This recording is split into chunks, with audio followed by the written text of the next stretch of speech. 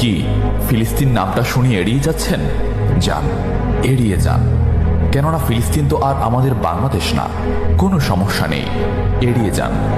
কিন্তু একটা কথা মনে রাখবেন, সেই কাল কিয়ামতের দিন যখন আল্লাহ আপনাকে প্রশ্ন করবে, তখন কি করবেন?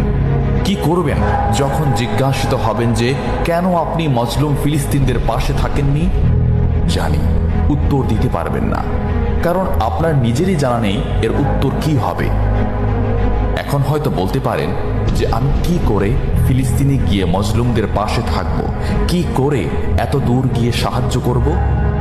হ্যাঁ, এইরকম প্রশ্ন যদি আপনার মনে উদয় হয়ে থাকে, তাহলে অবশ্যই আপনার মনে অলসতা আর বজ্রে ভরা। এই আধুনিক যুগে অস্ত্রের চেয়ে পাওয়ার হচ্ছে মিডিয়া, তাই মিডিয়ায় বেশি বেশি করে তা প্রচার করুন। হ্যাশট্যাগের মাধ্যমে প্রতিবাদ করুন। এই ক্ষুদ্র প্রতিবাদ একদিন অনেক বড় প্রতিবাদ হয়ে দাঁড়াবে। বিজয় একদিন ইসলামেরই হবে ইনশাআল্লাহ। এটা আমার কথা নয়, এটা এই মহাবিশ্বের প্রভুর কথা। একটা কথা মনে রাখবেন, ক্ষুদ্র ক্ষুদ্র বালিকণা, বিন্দু বিন্দু জল,